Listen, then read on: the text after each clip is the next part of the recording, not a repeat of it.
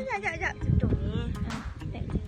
Dalam bentuk Perlembagaan Persekutuan Tanah Melayu 1957 atau dikenali sebagai PTM, satu perjanjian telah ditandatangani pada 5 Ogos 1957. Perjanjian ini dinamakan sebagai Perjanjian Persekutuan Tanah Melayu. Perjanjian ini mengandungi beberapa perkara seperti pengamalan raja berperlembagaan dan sistem demokrasi berparlimen, kewarganegaraan, kedudukan istimewa orang Melayu dan kepentingan sah kaum lain, kedudukan agama Islam dan bahasa. Perjanjian kemerdekaan ini diikuti oleh beberapa raja-raja Melayu dengan Sir Donald McGillivray bagi pihak Baginda Queen Elizabeth II di King House Kuala Lumpur. Perjanjian ini dijadikan asas pembentukan Perlembagaan Persekutuan Tanah Melayu 1957.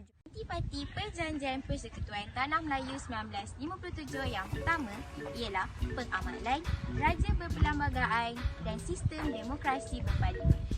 Pemilihan seorang raja sebagai Yang di-Pertuan Agong yang dilantik dalam kerajaan Raja Melayu setiap 5 tahun sekali merupakan satu keistimewaan. Hal ini termaktub dalam Perlembagaan Persekutuan 1957 seperti yang kedua, kewarganegaraan. Setiap orang yang dilahirkan dalam persekutuan pada atau selepas Hari Merdeka akan menjadi warga negara. Kewarganegaraan diberikan dengan 3 cara. Pertama, melalui penguasaan undang-undang. Kedua, memohon didaftarkan sebagai rakyat. Dan ketiga, memohon untuk menukar kewarganegaraan atau naturalisasi. Perkara ini dapat dilihat dalam Perlembagaan Persekutuan 1957.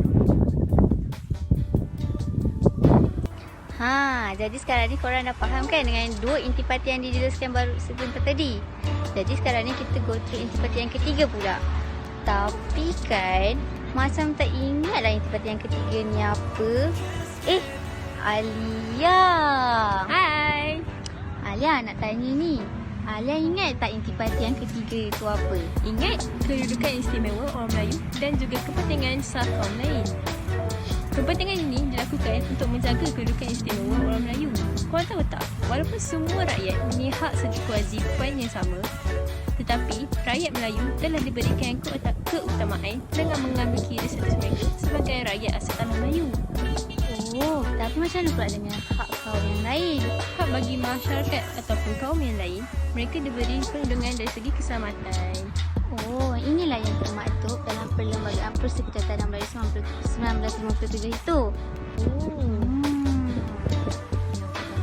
Maka Yang di-Pertuan Agong bertanggungjawab atas perkara menjaga kedudukan istimewa orang-orang Melayu serta hak-hak yang halal bagi kaum-kaum yang lain menurut syarat-syarat perkara ini.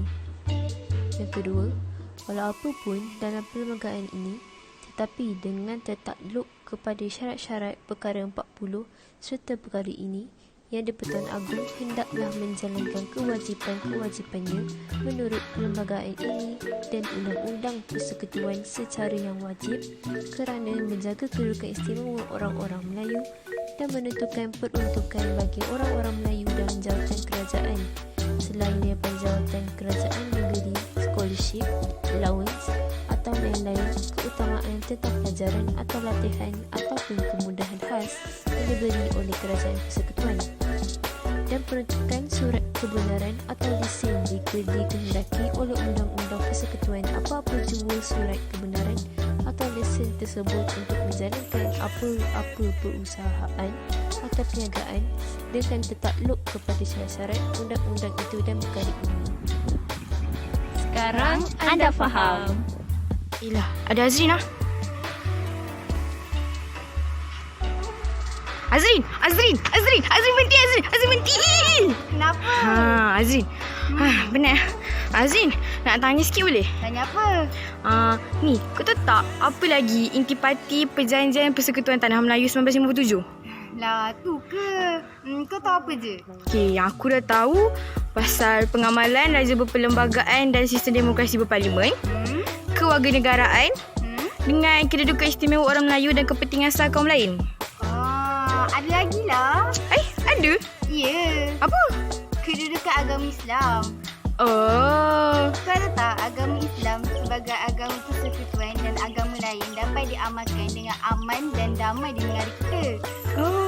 Perkara ni termaktub dalam Perlembagaan Persekutuan 1957 seperti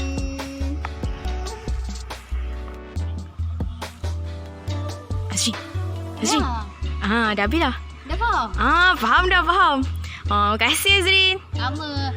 Dah lah, aku nak balik ni. Okey. Dah lambat ni. Okey, balik. Okay, bye Azrin. Bye. Bye, hati-hati. Jangan jatuh pula. Bye. Nan. Hai. Ni video lah, video. Alah, kenapa buat video?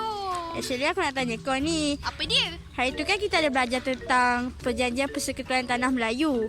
Kau tahu tak salah satu intipatinya? Aku ingat kedudukan bahasa Melayu.